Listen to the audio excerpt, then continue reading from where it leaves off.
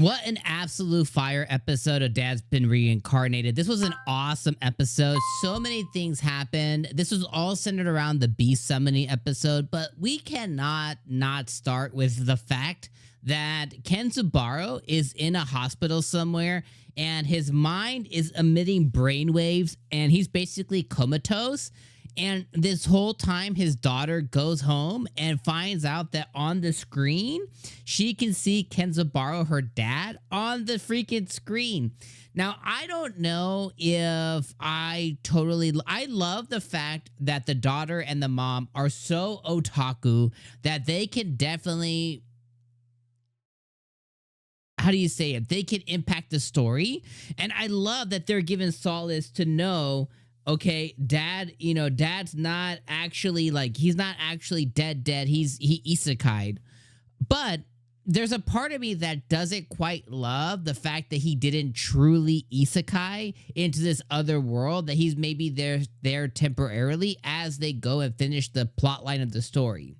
Now, let me remove that bias from it and just say one of the cool things is the fact that time isn't relative. So the time that he's legitimately passing through in this other world is not what they're experiencing in this world. So far, he's only been comatose for 48 hours, less than 48 hours at the very most.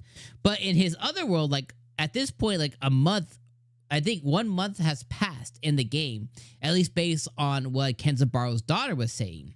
So I do quite like that. And I think it does kind of give an interesting twist, the fact that mother and daughter can impact his life, impact the story, and potentially find a way to get him out. Now, will he be able to come out? I don't quite know. If they roll credits, will we actually see him wake up?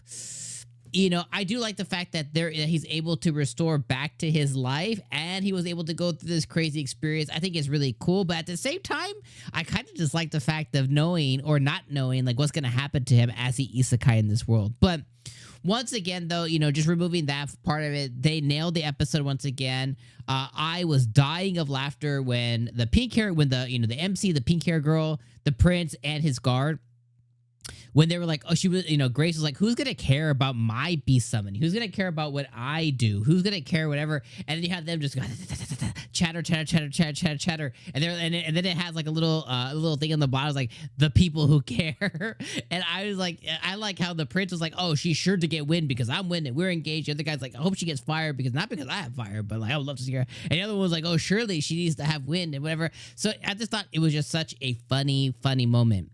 I also really found it funny, but the relationship between the daughter and the mother and how the mom was like, oh, he isekai'd? Of course he did. She was like, I remember in 1983. And she went on this huge isekai, tangent stuff. And I was like, yes, he's breeding himself over and over. He found a life partner and then he bred them down. I just thought it was so cool. But really, the events of the story is, him getting acclimated again.